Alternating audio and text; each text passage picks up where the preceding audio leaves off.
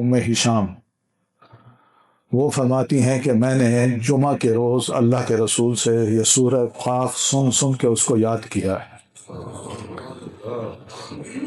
تو آپ صلی اللہ علیہ وسلم اپنے اس خطبے میں جو انداز اپناتے تھے وہ یہ تھا کہ خطبہ مسنونہ کے بعد آپ صلی اللہ علیہ وسلم کانا یذکر الناس، کہ آپ لوگوں کو نصیحت کیا کرتے تھے۔ نصیحت سے مراد یہ ہے کہ جو سامعین ہیں ان سامعین کو انہی کی زبان میں آپ صلی اللہ علیہ وسلم کوئی واعظ کیا کرتے تھے، جس کا مقصد یہی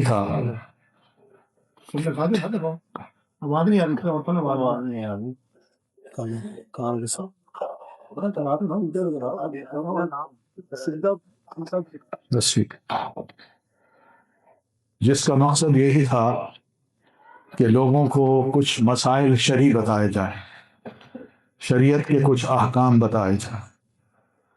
آپ صلی اللہ علیہ وسلم صرف عربی کا خطبہ نہیں دیا کرتے تھے، بلکہ اسی خطبے کے بعد آپ صلی اللہ علیہ وسلم صحابہ کرام کو شرعی مسائل، شرعی احکام، عقائد، جو اسلامی نظریات ہیں وہ آپ ان کے بارے میں گفتگو کیا کرتے تھے اور سمجھایا کرتے تھے۔ یہ حدیث کے الفاظ ہیں کہ صحابہ کرام یہ کہتے ہیں کانا یذکر الناس، کہ اللہ کے رسول صلی اللہ علیہ وسلم نصیحت کیا کرتے تھے۔ تو یہ مسنون انداز تھا پیارے نبی علیہ الصلوۃ والتسلیم کا۔ تو اسی مسنون انداز میں آپ بعض اوقات کچھ ایسے مسائل بھی ذکر کیا کرتے تھے جن کے لوگوں کو بہت سخت ضرورت ہوتی تھی اور لوگ اس سے آگاہ نہیں ہوتے تھے یا لاپرواہی برتتے تھے۔ اب مثال کے طور پر ہم اگر دیکھیں اپنے حالات کو تو ہمارے حالات ہمیں کچھ گمبھیر سے نظر آتے ہیں۔ ہم اپنے تعلقات غیروں سے نہیں بلکہ اپنے لوگوں کے درمیان، اپنے رشتہ داروں کے درمیان اپنے تعلقات کو نبھانا نہیں جاتے، اور نتیجہ کیا ہوتا ہے؟ آپس کی لڑائیاں، نفرتیں، اور چھوٹی چھوٹی بات پر مقدمے، اور معلوم نہیں کیا کچھ اخبارات کی خبریں ہوتی ہیں۔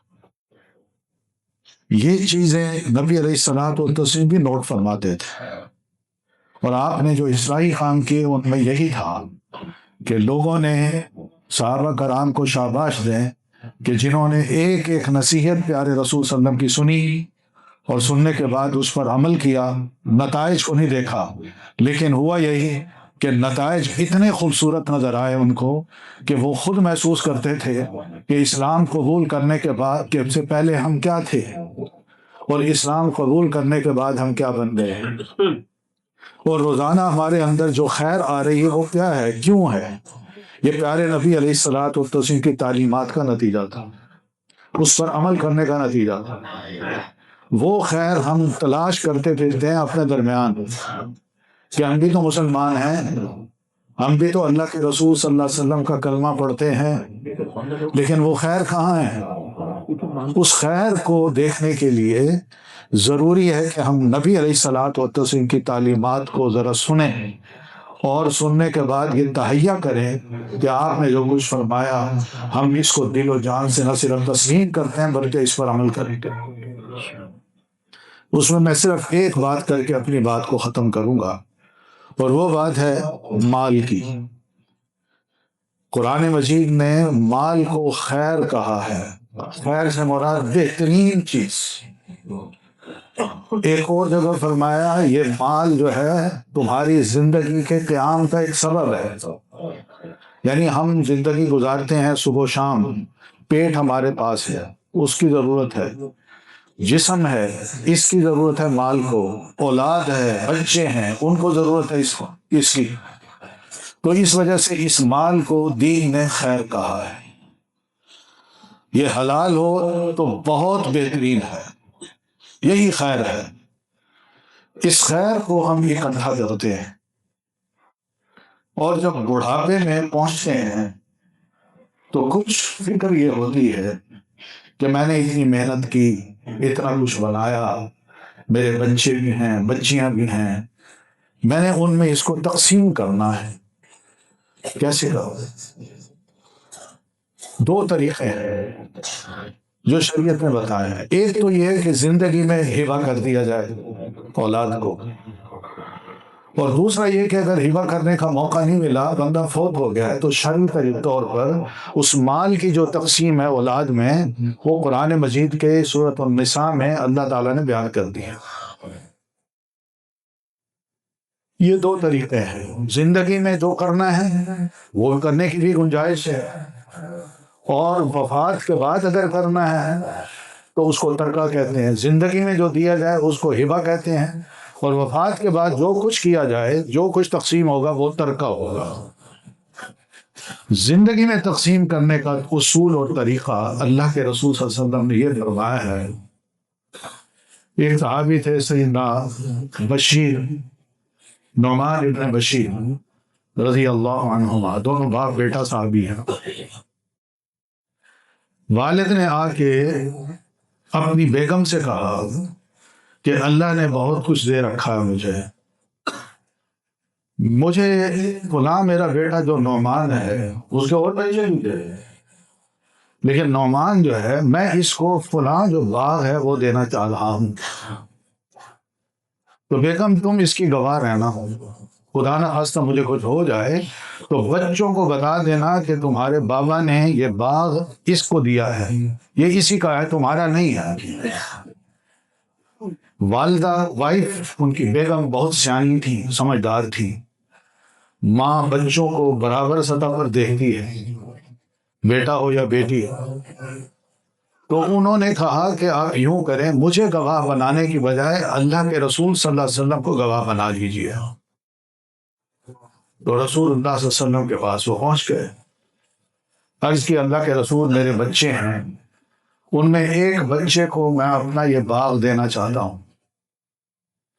میں اس لیے بات عرض کر رہا ہوں کہ آپ خدا نہ خواستہ مجھے کچھ ہو جائے تو آپ گواہ رہیے اس بات کی کہ میں نے یہ باغ اپنے فلاں بچے کو دیا ہے. رسول اللہ صلی اللہ علیہ وسلم نے اس وقت جو تعلیم دی، نصیحت دی اور جو سمجھایا، یہ چیز ہے جو قابل غور ہے ہم سب کے لیے. آپ نے پوچھا کہ یہ بتاؤ تمہارے اور بچے ہیں؟ اور پھر جی بالکل ہیں. پھر سوال کیا کیا تم نے ہر بچے کو اس طرح کا باغ دیا ہے؟ میں نے کہا نہیں. آپ نے فرمایا پھر نو کرو اشہد غیری، جاؤ کسی اور کو گواہ بنا لو، میں نہیں جانتا. آپ نے فرمایا سبو بین اولادکم، تو تمہاری اولاد جو ہے نا اس کے درمیان برابری کیا کرو. یہ برابری کا جو اصول ہے یہ ہے دنیا میں دینے کا، کہ اگر میں اپنی بچوں کو کچھ دینا چاہتا ہوں تو بچہ ہو یا بچی ہو ہر ایک کو برابر دینا ہے. یعنی عید کے روز اگر میں نے لڑکے کو 10 روپے دیے ہیں تو بچی کو بچہ سمجھ کے اس کو 5 روپے دوں، یہ غلط ہے. اس کو بھی میں نے کچھ تحفہ دینا ہے، گفٹ دینا ہے یا ہبہ کرنا ہے تو اتنا دوں جتنا لڑکوں کو دیتا ہوں. یہ طریقہ ہے جو پیارے نبی علیہ الصلوۃ والتسلیم نے سمجھایا. اس طریقے کو ہم دیکھتے ہیں کہ صحابہ کرام میں عام تھا. بہت کم ایسے واقعات ملتے ہیں کہ صحابہ کرام فوت ہو گئے ہوں اور ان کی وفات کے بعد ان کی جائیداد ان کی اولاد میں تقسیم ہوتی ہو. زیادہ تر یہی تھا کہ وہ اپنے بچوں کو جب دیکھتے کہ بالغ ہو گئے ہیں، سمجھدار ہیں، تو اپنی جائیداد تقسیم کر دیا کرتے تھے. بیٹا یہ حصہ تمہارا ہے، یہ تمہارا ہے، یہ تمہارا ہے. اور زندگی میں تقسیم کرنے کا جو اصول ہے وہ یہی بتایا کہ بچہ اور بچی میں کوئی تفریق نہیں کرنی، بیٹا ہو یا بیٹی اس میں تفریق نہیں کرنی، دونوں کو برابر دینا ہے. یہ نہیں کہ یہ لڑکا ہے یہ لڑکی ہے. ہم کچھ تھوڑی سی ایسی عادات کو اپنا چکے ہیں جو آبائی ہیں. آبائی سے میری مراد یہ کہ ہمارے بزرگوں میں اگر کوئی غیر مسلم تھا، ہندو تھا یا سکھ تھا، ان کے ہاں جو کلچر تھا اسی چیز کو ہم نے لے کے اپنا لیا، اسلامائز کر لیا، جبکہ غلط باتیں ہیں. اسلام تو ان چیزوں کو مٹانے کے لیے آیا تھا. تو رسول اللہ صلی اللہ علیہ وسلم نے یہ بات ارشاد فرمائی تو یہی پتہ چلتا ہے کہ اکثر و بیشتر صحابہ نے اپنی جائیداد، اپنا مال، اپنی زندگی میں ہی اپنے بچوں کو دے دیا۔ فکر یہ تھی کہ اتنا بڑا بوجھ اٹھا کے میں کل اللہ کی عدالت میں پہنچوں گا تو کیا جواب دوں گا، خالی ہاتھ جاؤں، ہلکا جاؤں، جتنا کم پیسہ میرے پاس ہوگا اتنا ہی حساب کتاب کم ہوگا، اور جتنا میں اپنی اولاد کو دے چکا ہوں گا اللہ تعالیٰ کم از کم اتنا ضرور میرا خیال کرے گا کہ میں نے زندگی میں اپنی اولاد کو اپنے پاؤں پہ کھڑا کرنے کی کوشش کی اور ان کو کسی کا محتاج نہیں کیا۔ سیدنا سعد بن ابی وقاص رضی اللہ تعالیٰ عنہ صحابی رسول ہیں، آپ نے جب مکہ فتح کیا تو یہ بیمار ہو گئے، سخت بیمار ہو گئے، اور نبی علیہ الصلوۃ والتسلیم کے ماموں تھے، اور آپ سعد کو دیکھ کے فرمایا کرتے ہیں یہ ہے میرا ماموں، کسی کا ماموں اگر ہو تو لائے میرے سامنے۔ اتنا فخر ہوتا تھا آپ کو سیدنا سعد پہ، عشرہ مبشرہ میں سے ہیں۔ وہ بیمار ہو گئے فتح مکہ کے موقع پر۔ تو مکہ میں جب انسان بیمار ہوتا تو اکثر و بیشتر یہی سمجھ لیا جاتا کہ بس جو بیمار ہوا وہ بچے گا نہیں، یہ فوت ہو جائے گا، کیونکہ وہاں نہ ہاسپٹل تھے، نہ کوئی ڈاکٹرز تھے، نہ کوئی علاج معالجے کی سہولتیں تھیں، سخت گرمی تھی، کھانا کم ملتا تھا، بھوک تھی۔ تو سیدنا سعد رضی اللہ تعالیٰ عنہ کی عیادت کرنے کے لیے اللہ کے رسول تشریف لائے، اور آپ نے پوچھا کیا حال ہے مامو جان؟ کہنے لگے اللہ کے رسول بس ڈرتا یہی ہے کہ یہ بخار میری جان لے لے گا۔ آپ نے فرمایا نہیں، ایسا نہ کہو، بخار جان نہیں دے گا، تم بچ جاؤ گے۔ یہ اللہ کے رسول کے کلمات تھے۔ تو عرض کرنے لگے، اسی بیماری میں عرض کرنے لگے، وہیں لیٹے بیڈ پہ لیٹے لیٹے آپ سے عرض کی اللہ کے رسول آپ جانتے ہیں میرا کوئی بیٹا نہیں ہے، میری بیٹیاں ہیں، ان کی میں شادیاں کر دوں گا، وہ اپنے گھر میں جا کے آباد ہو جائیں گے، یا لوگ شادیاں کر لیں گے، رشتہ ہو جائے گا، وہ اپنے گھر چلی جائیں گی۔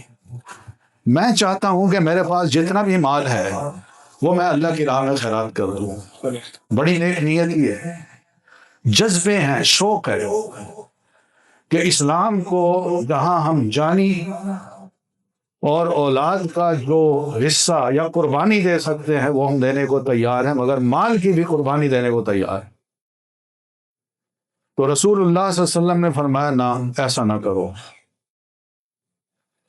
تمہاری بچیاں ہیں ان کا خیال کرو۔ کہنے لگے اللہ کے رسول پھر آدھا میں اسلام کے لیے وقف کر دیتا ہوں اور آدھا بچیوں کے لیے رکھتا ہوں۔ آپ نے فرمایا النصف کثیر، یہ آدھا بھی بہت زیادہ ہے، ایسا نہیں کرنا۔ پھر انہوں نے عرض کی اللہ کے رسول 1/3 جو ہے وہ میں اگر دے دوں اللہ کی راہ میں اور باقی بچیوں کے پاس چلا جائے۔ آپ نے اس موقع پر فرمایا الثلث کثیر، 1/3 کی بات کرتے ہو مگر 1/3 بھی بہت زیادہ ہے۔ پھر آپ نے ایک اصول بتایا، آپ نے فرمایا یہ کہیں بہتر ہے کہ تم اپنی اولاد کو کچھ دے کے اس دنیا سے رخصت ہو، کہیں ایسا نہ ہو کہ تم سب کچھ دے جاؤ اور تمہاری اولاد بعد میں لوگوں سے پیسے مانگتی پھرے کہ ہمارے ابا کے پاس جو کچھ تھا وہ تو اللہ کی راہ میں دے گئے، اب ہم فقیر ہیں، پلیز ہماری مدد کیجیے۔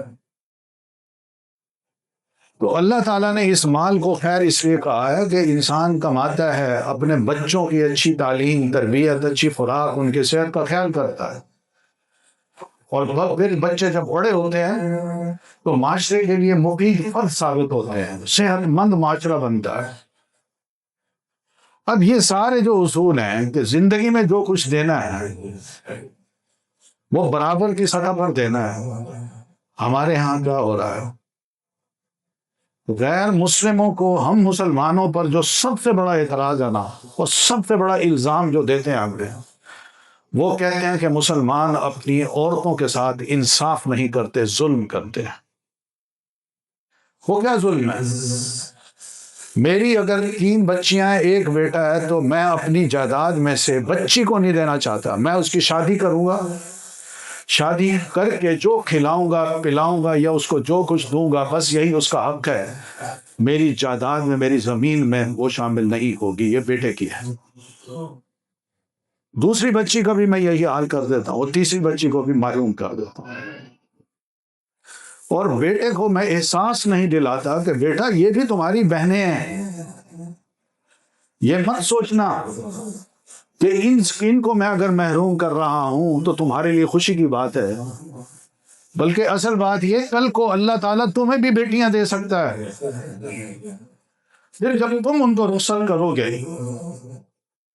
یا کسی کی بیٹی لاؤ گے تو اس موقع پر اس کے والد نے اس کو کچھ نہ دیا تو تمہیں کتنی تکلیف ہوگی، اور شوہر کو کتنی تکلیف ہوگی کہ میں خاوند ہوں، مجھے بیوی کی طرف سے کچھ پیسے نہیں مل رہے یا بیوی کو کچھ پیسے نہیں مل رہے، سارا بھائی لے گیا۔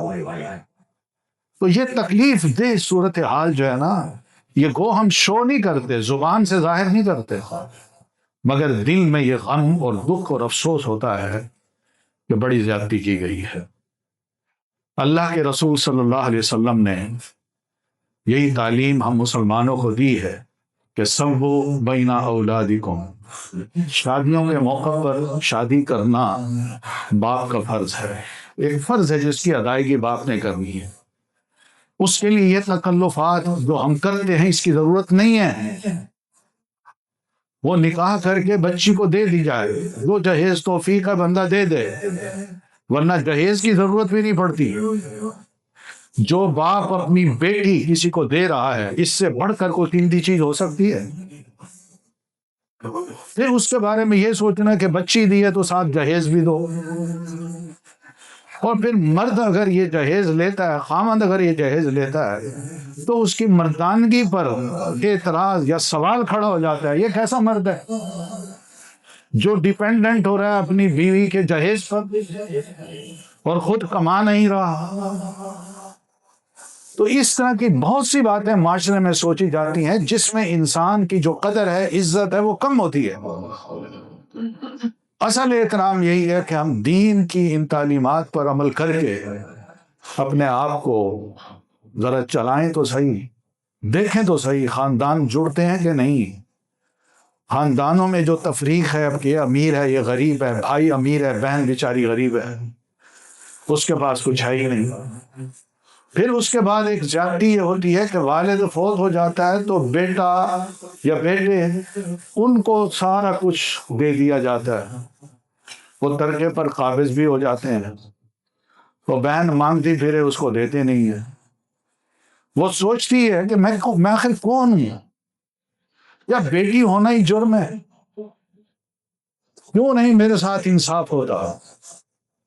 یہ غیر انصافی جو کیفیت ہے ہم مسلمانوں کی، میں اسی وجہ سے یہ کہہ رہا ہوں کہ غیر مسلموں کو مسلمانوں پر سب سے بڑا اعتراض اور دکھ یہی ہے کہ دین کچھ کہتا ہے مگر مسلمان اپنی عورتوں کے ساتھ، اپنی بیٹیوں کے ساتھ، بہنوں کے ساتھ، بیویوں کے ساتھ، ماؤں کے ساتھ انصاف نہیں کرتے۔ یہ حق ہے، یہ صحیح بات ہے، بالکل صحیح بات ہے، ہم ایسا ہی کرتے ہیں اور دین ہمیں کچھ سمجھا رہا۔ تو اس وجہ سے یہ چیز ذہن میں رہے کہ ہم بحیثیت مسلمان کے پابند ہیں اس بات کے کہ اگر مجھے اللہ نے توفیق دی ہے کہ میں اپنے خاندان میں، اپنی فیملی میں سب سے بڑا بیٹا ہوں، تو میں کم از کم اپنے والد محترم کے ساتھ کھڑا ہوں اور ان کو یہ ضرور سمجھاؤں، یا والد مجھے سمجھائیں کہ بیٹا دنیا میں جو دے رہا ہوں سب کو برابر کی سطح پہ دوں گا، کسی بہن کو، کسی بھائی کو محروم نہیں کرنا، اور جب مر گیا تو اس کے بعد شرعاً ترکہ جو ہے وہ تقسیم ہوگا، لڑکے کو 2 روپے ملیں گے اور لڑکی کو 1 روپیہ ملے گا، وہ اللہ نے بتا دیا۔ یہ طریقہ ہے بھائی آپس میں تعلقات کو بہتر بنانے کا، خاندانوں کو آپس میں جوڑنے کا، رشتہ داری کو قائم رکھنے کا، صلہ رحمی کرنے کا۔ کتنا حکم ہے قرآن مجید میں، اللہ کے رسول صلی اللہ علیہ وسلم کے کتنے ارشادات ہیں، مگر محض دنیاوی اس میل کی خاطر، دولت کو میل، یہ میل ہوتی ہے ہاتھوں کی، اس میل کی خاطر اتنے قریبی اور مقدس رشتوں کو ہم پامال کر دیتے ہیں اور پرواہ نہیں کرتے، کٹ جاتے ہیں، بولنا بند کر دیتے ہیں، وزٹس ختم ہو جاتے ہیں، اور ان بچوں کی جو کہ میرے قریبی بھانجے ہیں، بھتیجے ہیں، بھانجیاں ہیں، ان کی صحت، ان کی بیماری، ان کا پڑھائی، ان کی تعلیم، ان کی شادی، ان کے مسائل، ان کی غربت کا مجھے خیال ہی نہیں آتا۔ کیسا میں انسان بن جاتا ہوں؟ کیا اسلام یہی چاہتا ہے کہ ہم ایسے بنیں؟ یہ سب باتیں کیونکہ ہمارے معاشرے میں ہو رہی ہیں اور ہم زیادتی کرتے ہیں، ان کی اصلاح کی ضرورت ہے۔ حقیقت ہے، آج اگر ہم سب یہ عہد کریں کہ ہم ایسے کام نہیں کریں گے تو آپ دیکھیے کہ کس طرح ہمارے درمیان خاندانوں میں محبتیں پیدا ہوتی ہیں اور ایک دوسرے کی ہم کس طرح قدر کرتے ہیں، رشتوں کا احترام کرتے ہیں۔ اگر خدا نہ خواستہ یہ رویہ ہمارا رہا تو ایک حدیث ہے جو آخر میں سنا کے بات ختم کرتا ہوں۔ آپ صلی اللہ علیہ وسلم فرماتے ہیں یہ جو صلہ رحمی ہے یہ رحم سے ہے۔ ماں کے رحم میں جب بچہ شروع ہوتا ہے نا پیدا ہونا، تو وہ بچہ پیدا ہوتے ہی ایک بہت سے رشتوں کو قائم کرنے کا سبب بن جاتا ہے۔ کوئی ماں بن جاتی ہے، کوئی باپ بن جاتا ہے، کوئی خالہ بن جاتی ہے، کوئی چچا بن جاتا ہے، کوئی بھائی بن جاتا ہے، کوئی بھانجا بن جاتا ہے، کوئی ماموں بن جاتا ہے۔ یہ سب وہ رشتے ہیں جو اس رحم سے جڑے ہوئے ہیں۔ اس کو اللہ چاہتا ہے برقرار رکھا جائے۔ آپ فرماتے ہیں قیامت کے روز اسی رحم نے اللہ کے حضور عرض کرنا ہے، اللہ میں رحم ہوں، دنیا میں میرے ساتھ اگر زیادتی کی گئی ہے تو آج تو انصاف فرما، اور اس نے عرش کو پکڑ لینا ہے اور وہ یہی عرض کرے گا اللہ تو آج انصاف فرما۔ تو اللہ تعالیٰ فرماتے ہیں سنو، دنیا میں تجھے جوڑ کے جس نے رکھا آج میں اس کو جوڑوں گا، اور جس نے دنیا میں تجھے کاٹا آج میں اس کو کاٹ کے رکھ دوں گا۔ یہ ہے انجام اینڈ میں کہ اللہ کے رسول صلی اللہ علیہ وسلم ہماری صحت مند جو سوچ ہے اس کو مزید بہتر بنانا چاہتے ہیں کہ خدا نہ خواستہ ایسی باتیں مسلمانوں میں آئیں اور کل کو اللہ کی عدالت میں کچھ سختی ہو، اور اللہ کے رسول یہ نہیں چاہتے۔ اسی لیے تو آپ صلی اللہ علیہ وسلم کو رحمت للعالمین کہا گیا ہے کہ آپ نے نہ صرف ہماری دنیا سنوارنے کی کوشش کی ہے بلکہ ہماری آخرت کو بھی سنوارنے کی کوشش کی ہے۔ تو ہم مسلمان، ہم ایک ایک سانس جو لے رہے ہیں، ہم نظر رکھیں اپنی موت کے بعد کو مناظر ہوں، کیونکہ وہاں سب نے جانا ہے، کوئی نہیں بچے گا۔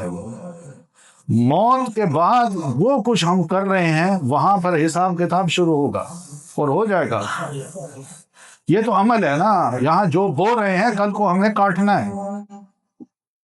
مت توقع کریں کہ میں بیج بوؤں آم کا اور درخت نکلے گا سیب کا، نہ، ایسا نہیں ہو سکتا۔ جو میں بوؤں گا وہی ریزلٹ کل قیامت کو اللہ تعالیٰ نے میرے سامنے رکھنا ہے، اور کوئی بھی کسی کے گناہ کا بوجھ نہیں اٹھائے گا۔ وَلَا تَزِرُ وَازِرَةٌ وِزْرَ أُخْرَىٰ، قرآن مجید کے الفاظ ہیں، بار بار یہ لفظ فرمائے گئے ہیں۔ کوئی گناہ گار کسی اور گناہ گار کا ایک گناہ بھی اس کا بوجھ نہیں اٹھائے گا، بلکہ خود انسان اپنے بوجھوں کا ذمہ دار ہوگا۔ ہم خود ذمہ دار بنیں، احساس اپنے اندر پیدا کریں۔ آخرت کو ہم بھول رہے ہیں، مرنا بھول رہے ہیں، رب کی عدالت میں کھڑے ہو کے حساب کتاب دینے کا کوئی خوف نہیں۔ بھائی سب کے ساتھ ہونا ہے۔ وَكُلُّهُمْ آتِيهِ يَوْمَ الْقِيَامَةِ فَرْدًا، ایک ایک بندہ اکیلا اللہ کی عدالت میں آئے گا، کوئی اس کے ساتھ کوئی سفارشی نہیں ہوگا۔ یہ حالات ہوں گے تو اپنی دنیا کو ہم سنوار رہے ہیں۔ عقل مندی یہی ہے کہ ذرا آخرت کو بھی سنوار لیں اور ایسے کام نہ کریں کہ جس سے خدا نہ خواستہ اللہ کی ناراضگی ہمیں مول لینی پڑے، اور وہ کام کریں جس کو اللہ دیکھ کے، ہمارے ان کاموں کو دیکھ کے اتنا خوش ہو کہ کل قیامت کو اللہ یہ کہے بچے، انسان، تم ٹھیک تھے، انسان تھے، غلطیاں تم سے ہوئی ہیں مگر تمہارے کام اچھے ہیں، جاؤ میں تمہاری چھوٹی موٹی غلطیاں معاف کرتا ہوں اور جنت میں داخل ہو جاؤ۔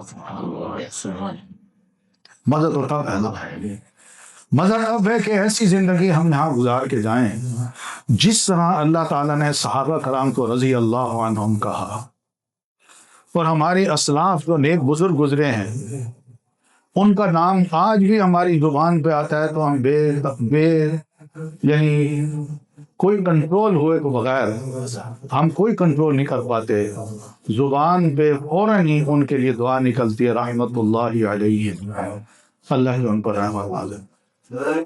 تو کتنا اچھا ہوگا کہ ہم دنیا سے رخصت ہوں اچھے کام کر کے، کہ مرنے کے بعد جب لوگ ہمارا تذکرہ کریں تو یہ کہیں رحمت اللہ علیہ، کوئی تو کہنے والا ہو، کوئی تو کہنے والا ہو۔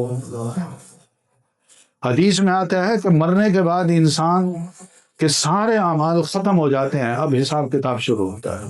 ہاں 3 کام ایسے ہیں اگر کوئی کر کے جائے، تینوں میں سے کوئی ایک، تو اس کے اعمال بڑھتے جاتے ہیں، بڑھتے جاتے ہیں۔ اس میں آپ فرماتے ہیں پہلا ہے صدقۃ جاریہ، صدقہ جاریہ کرتا ہے، کہ مسجد ہے کوئی بنا دیتا ہے یا اس کی تعمیر میں اپنا پیسہ ڈال دیتا ہے، ساری نہیں بنواتا، کچھ بھی ڈالتا ہے تو اس نیت سے ڈالتا ہے کہ اللہ کا گھر بن رہا ہے، لوگ اس میں نماز پڑھیں گے، میں تو مر جاؤں گا، چلو نمازیوں کا کچھ ثواب تو مجھے ملے گا نا، اور نمازیوں کی دعا اگر قبول ہو جائے تو میرے حق میں بھی وہ دعا ہوگی۔ کم از کم یہ سوچ کے انسان پیسے لگائے صدقہ جاریہ پہ، بہت اچھا۔ دوسرا فرماتے ہیں علم ينتفع به، کوئی علم پیچھے چھوڑ جائے، ایسا علم جو علم نافع کہلاتا ہے، کہ دوسرے اس سے فائدہ اٹھا رہے ہوں۔ فائدہ سے مراد یہ کہ ان کی نیکیوں میں اضافہ ہو، کوئی غلط کام نہ کریں، جائز کام کریں، حلال کام کریں، حرام نہ کریں، ایسا علم حاصل کر کے وہ جب عمل کریں گے تو علم پھیلانے والے کو یا علم پڑھانے والے کو اللہ تعالیٰ اس کا ثواب ایک ایک عمل کا اس کو بھی دے۔ اور تیسرا یہ او ولد صالح یدعو له، یا اس کی نیک اولاد ہو مرنے والے کی، جو مرنے کے بعد اس کے لیے دعا کرے، اللہ میرے بابا کو معاف کر، میری اماں کو معاف کر، میرے بیٹے کو معاف کر، میرے بھائی کو معاف کر۔ ذمہ داری ہے کہ ہم اپنی اولاد کو نیک بنائیں۔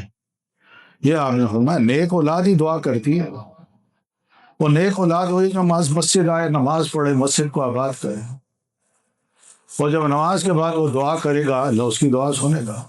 لیکن جو مسجد ہی نہ آئے، ہم سکھائیں نہ ان کو، نہ نماز سکھائی، نہ مسجد آنے کے آداب سکھائے، نہ مسجد کی اہمیت بتائی، نہ دین کی اہمیت بتائی، وہ بغیر نماز کے وہ اپنا وقت گزار جاتا ہے، باپ فوت ہو جاتا ہے، اس کو توفیق ہی نہیں ملتی کہ میں اپنے والد کے لیے اتنے ہاتھ اٹھا کے کہوں اللہ رب اغفر لی ولوالدی وللمؤمنین یوم یقوم الحساب، اللہ مجھے معاف کر، میرے والدین جو مرحوم ہو چکے ان کو بھی معاف کر۔ اسے یاد ہی نہیں۔ سوچئے میں نے آخرت کیا بنائی؟ ہم کہتے ہیں میں نے جہاں فلاں جگہ انویسٹمنٹ کر دی ہے، کس خیال سے کہ اس کا کل کو فائدہ ہوگا۔ تو یہ اولاد ہماری اللہ کی بہت بڑی دین ہے، نعمت ہے، اس پر جو انویسٹمنٹ ہمیں کرنی چاہیے وہ ان کی تربیت ہے، اچھی تربیت، اور یہ تربیت جو ہے نا انشاءاللہ سب کو جوڑ جاڑ کے بھی رکھے گی، رشتہ داری بھی قائم ہوگی، ایک دوسرے کے حقوق ہم پامال نہیں کریں گے، اور اپنے فرائض بڑی خوشی سے ادا کریں۔ یہ چند باتیں ہیں جو نصیحت کی میں اپنے لیے بھی میں کر رہا ہوں، آپ کو بھی عرض کر رہا ہوں کہ ہم ذرا اس پہ غور کریں، غور کریں۔ کوئی سب کچھ یہیں رہ جائے گا، ہم نے خالی ہاتھ اس دنیا سے جانا ہے اور اکیلے جانا ہے۔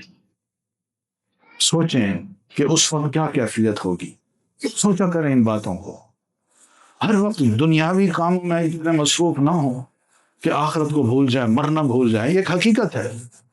دوسرے کے لوگ سنتے ہیں کہ وہ فوت ہو گیا ہے، مگر ہمیں اپنے اوپر یقین نہیں آتا، وہ کہتے ہیں اس کو موت آئی ہے نا، میں تو زندہ ہوں، لیکن کیا گارنٹی ہے میری موت کی، زندگی کی کیا گارنٹی ہے؟ اللہ تعالی ہم سب کی اصلاح فرمائے اور ہم سب کو اپنا خالص بندہ بنائے اور ہمارے اعمال کی اصلاح کرے۔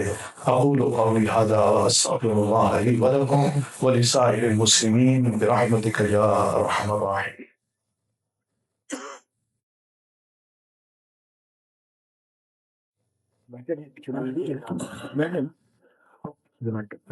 اکثر سنا کیوں نہ کرسیاں والا معاملہ بڑھا جائے، کچھ لوگ ایسے میں ہونا نہیں بیٹھ سکتا، نیچے میری کمر میں درد ہوتا ہے، پھر بزرگ ہیں وہ کرسیاں میں بیٹھتے ہیں، ہمارے علماء کہتے ہیں کرسی پہ ہاں بیٹھ نہیں ہوتی، نماز نہیں ہوتی، اس میں یہ کیا ہوتی ہے۔ ہاں یہ لازمی کا جو سترا کی نا کتنی پیمائش ہونی چاہیے، پٹیاں سترا بن سکتی ہیں میں بتاتا ہاں یہ دو لازمی تھا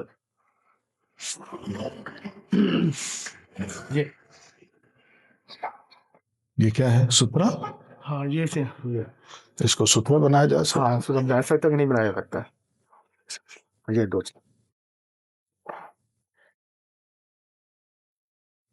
الحمد لله نحمده ونستعينه ونستغفره ونؤمن به ونتوكل عليه ونعوذ بالله من شرور أنفسنا ومن سيئات أعمالنا من يهده الله فلا مضل له ومن يضلله فلا هادي له وأشهد أن لا إله إلا الله وحده لا شريك له وأشهد أن محمدا عبده ورسوله اللهم صل على محمد وعلى آل محمد كما صليت على إبراهيم وعلى آل إبراهيم إنك حميد مجيد اللهم بارك على محمد وعلى آل محمد كما باركت على إبراهيم وعلى آل إبراهيم إنك حميد مجيد ربنا آتنا في الدنيا حسنة وفي الآخرة حسنة وقنا عذاب النار اللهم أحسن عاقبتنا في الأمور كلها وأجرنا من خزي الدنيا وعذاب الآخرة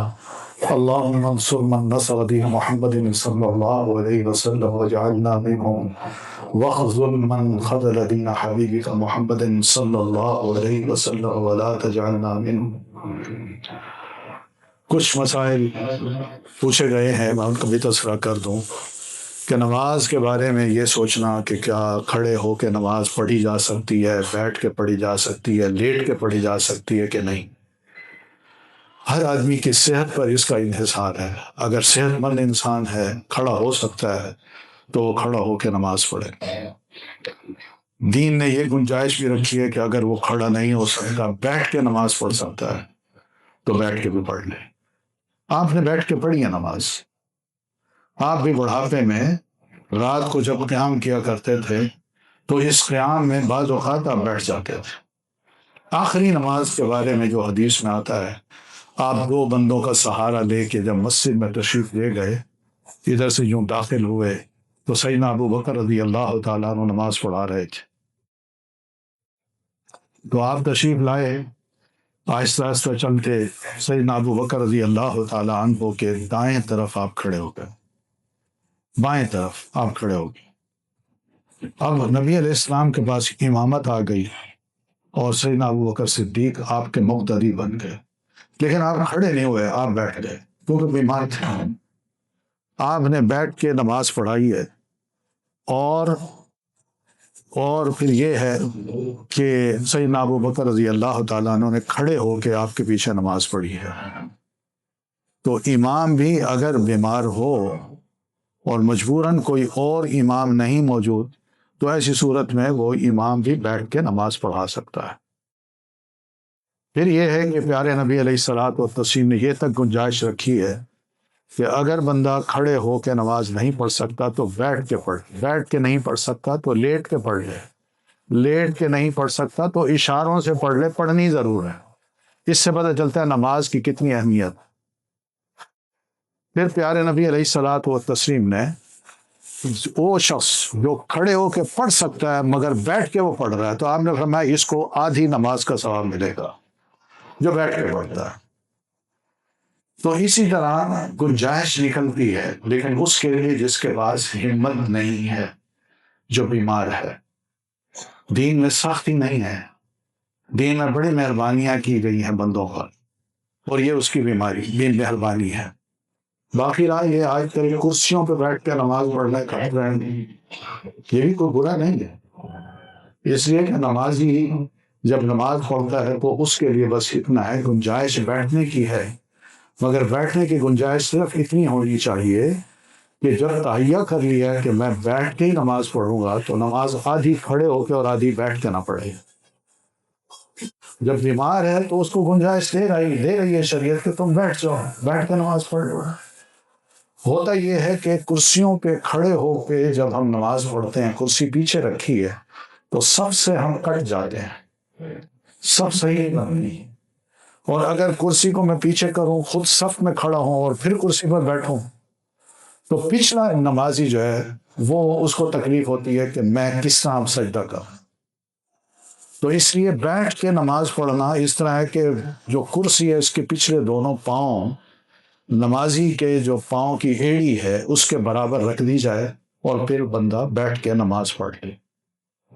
یہ طریقہ ہے جو گنجائش نکلتی ہے، تو اس میں کوئی سختی نہیں ہے، نماز ہو جاتی ہے۔ باقی ہے کہ میں جب نماز پڑھوں تو نماز پڑھتے ہوئے میں پابند ہوں اس بات کا کہ نمازی کا احترام کروں، اس کے آگے سے نہ گزروں، اس کے آگے سے نہ گزروں۔ ہاں، جہاں تک میری نظر جاتی ہے، توجہ جاتی ہے، اس کے آگے سے اگر نمازی کوئی بندہ گزرتا ہے تو گزر جائے، کوئی حرج نہیں ہے۔